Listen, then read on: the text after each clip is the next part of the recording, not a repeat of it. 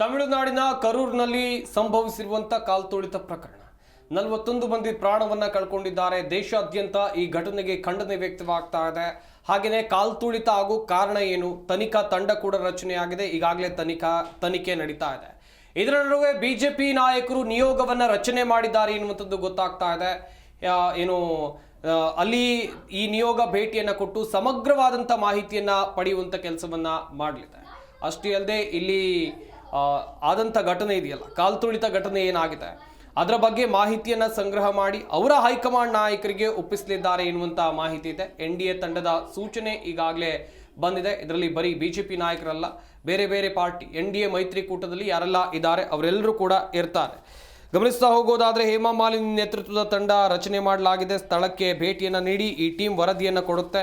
ಕಾದು ನೋಡಬೇಕು ಯಾವ ರೀತಿಯಾದಂಥ ವರದಿಯನ್ನು ಇವರು ತಯಾರು ಮಾಡ್ತಾರೆ ಅಂತೇಳಿ. ಒಟ್ಟು 8 ಜನ ಸಂಸದರ ತಂಡ ಕರೂರಿಗೆ ಭೇಟಿಯನ್ನು ಕೊಡ್ತಾರೆ. ದುರಂತದಲ್ಲಿ ಮೃತಪಟ್ಟವರ ಕುಟುಂಬವನ್ನು ಭೇಟಿ ಮಾಡ್ತಾರೆ. ಬಿಜೆಪಿ ರಾಷ್ಟ್ರೀಯ ಅಧ್ಯಕ್ಷ JP ನಡ್ಡಾ ಅವರ ಆದೇಶದ ಪ್ರಕಾರ ಈಗಾಗಲೇ ಈ ನಿಯೋಗ ಸಿದ್ಧವಾಗಿದೆ. ನಾನಾಗಲೇ ಹೇಳ್ತಾ ಇದ್ದೆ ತಮಿಳುನಾಡಿನ ಕರೂರಿನಲ್ಲಿ ಏನಾಗಿತ್ತು ಅಂತೇಳಿ. ನಟ ಕಂ ರಾಜಕಾರಣಿ ತಮಿಳಿಗ ವೆಟ್ರಿ ಕಳಗಂ ಪಕ್ಷ ಅಂತೇಳಿದ್ರೆ TVK ಪಕ್ಷದ ಪ್ರಚಾರದಲ್ಲಿ ಕಾಲ್ತುಳಿತ ಸಂಭವಿಸಿ 41 ಜನ ಪ್ರಾಣವನ್ನ ಕಳ್ಕೊಂಡಿದ್ರು. ಇದರಲ್ಲಿ 9 ಮಕ್ಕಳು ಇದ್ರು. ಈ ಘಟನೆಯಲ್ಲಿ ಈ ದುರಂತದಲ್ಲಿ ಸಾವನ್ನಪ್ಪಿದವರ ಸಂಖ್ಯೆಯಲ್ಲಿ ಎನ್ನುವಂಥದ್ದನ್ನು ನೀವಿಲ್ಲಿ ಗಮನಿಸಬೇಕಾಗತ್ತೆ. ಸದ್ಯ ಈ ದುರಂತ ರಾಜಕೀಯ ಕೆಸರೆರಚಾಟಕ್ಕೆ ಕಾರಣವಾಗ್ತಾ ಇದೆ. ಇನ್ನೊಂದು ಕಡೆಯಲ್ಲಿ ನೋಡ್ತಾ ಇರ್ಬೋದು ನೀವು ಕೂಡ ಪಟ್ಟಿಯಲ್ಲಿ ಯಾರೆಲ್ಲ ಇದ್ದಾರೆ ಅಂತೇಳಿ ಗಮನಿಸ್ತಾ ಇರ್ಬೋದು.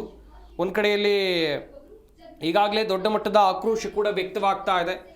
ಹಾಗೆಯೇ ಕಾಲ್ತುಳಿತ ದುರಂತಕ್ಕೆ ಸಂಬಂಧಿಸಿದಂತೆ TVK ಪ್ರಧಾನ ಕಾರ್ಯದರ್ಶಿ ಆನಂದ್, ಕರೂರು ಜಿಲ್ಲಾ ಕಾರ್ಯದರ್ಶಿ ಮತ್ತು ಇತರ ಕಾರ್ಯಕರ್ತರ ವಿರುದ್ಧ ಪೊಲೀಸರು ವಿವಿಧ ಸೆಕ್ಷನ್ಗಳಲ್ಲಿ ಈಗಾಗಲೇ ಕೇಸನ್ನು ಕೂಡ ದಾಖಲು ಮಾಡಿದ್ದಾರೆ. ಹಾಗೆಯೇ ಈ ಬಿಜೆಪಿಯ ನಿಯೋಗದಲ್ಲಿ ಯಾರ್ಯಾರು ಇರ್ತಾರೆ, NDA ಸತ್ಯಶೋಧನಾ ನಿಯೋಗದಲ್ಲಿ ಯಾರೆಲ್ಲ ಇರ್ತಾರೆ ಅಂತ ನೋಡ್ತಾ ಹೋಗೋದಾದ್ರೆ ಬಿಜೆಪಿಯ ಸಂಸದೆ ಮತ್ತು ನಟಿ ಹೇಮಾ ಮಾಲಿನಿ, ಶಿವಸೇನೆಯ ಶ್ರೀಕಾಂತ್ ಶಿಂದೆ, TDPಯ ಪುಟ್ಟ ಮಹೇಶ್ ಕುಮಾರ್, ಅನುರಾಗ್ ಠಾಕೂರ್,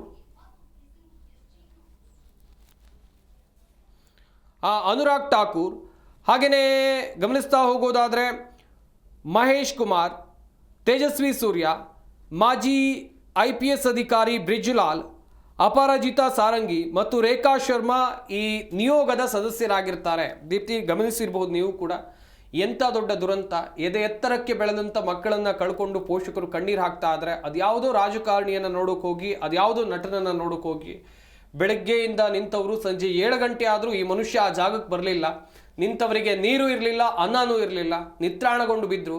ಕೆಲವೊಂದಿಷ್ಟು ಜನ ಮರ ಏರಿ ಕುಳಿತವರು ಅಲ್ಲಿ ಸೇರಿದಂಥ ಜನರ ಮೇಲೆ ಬಿದ್ದು ಅಲ್ಲೊಂದಿಷ್ಟು ದುರ್ಘಟನೆ ನಡೀತು ಎನ್ನುವುದಾಗಿ ದೊಡ್ಡ ಮಟ್ಟದ ಆರೋಪಗಳು ಕೇಳಿ ಬರ್ತಾ ಇವೆ. ನಿಜಕ್ಕೂ ಕೂಡ ಇದು ಖಂಡನೀಯ. 41 ಜನರು ಪ್ರಾಣವನ್ನು ಕಳ್ಕೊಳ್ಳೋದು ಅಂತ ಹೇಳಿದ್ರೆ ಸಣ್ಣ ಮಾತಲ್ಲ.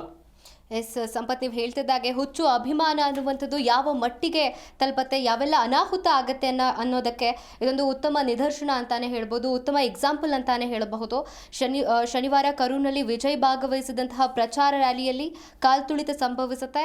ಈ ಕಾಲ್ತುಳಿತದಲ್ಲಿ ಮಕ್ಕಳು ಮತ್ತು ಮಹಿಳೆಯರು ಸೇರಿದಂತೆ ಈವರೆಗೆ 41 ಜನರು ಸಾವನ್ನಪ್ಪಿರುವಂಥದ್ದು. ಇನ್ನು ದೇಶಾದ್ಯಂತ ಈ ವಿಚಾರ ತೀವ್ರ ಚರ್ಚೆಗೆ ಕೂಡ ಗ್ರಾಸವಾಗಿದೆ ಅಂತಾನೆ ಹೇಳಬಹುದು.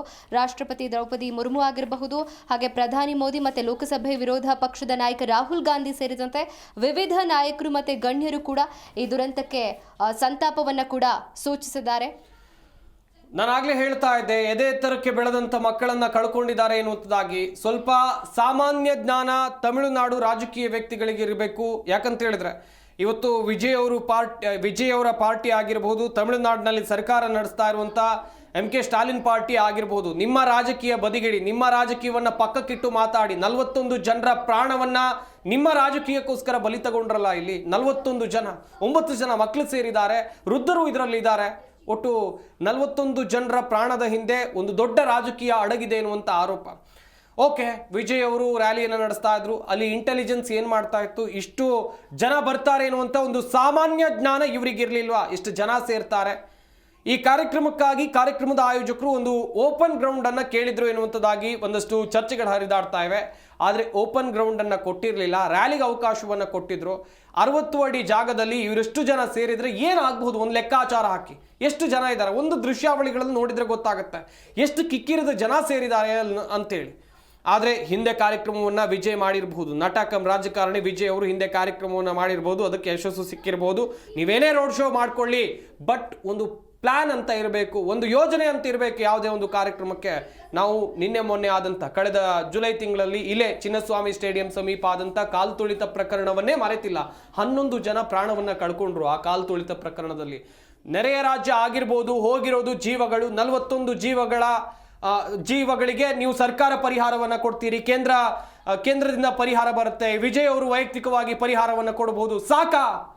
ನಿಮ್ಮ ಪರಿಹಾರದ ಹಣ ಅವರ ನೋವನ್ನು ನೀಗಿಸಲ್ಲ. ಯಾವುದೇ ಕುಟುಂಬದ ನೋವಾಗಲಿ ಪರಿಹಾರದ ಹಣ ನೀಗಿಸಲ್ಲ. ಅವರ ಕಣ್ಣೀರು ಅಥವಾ ಮನೆ ಮಕ್ಕಳನ್ನು ಕಳ್ಕೊಂಡಂಥ ನೋವು ನಿರಂತರವಾಗಿ ಇದ್ದೇ ಇರುತ್ತೆ.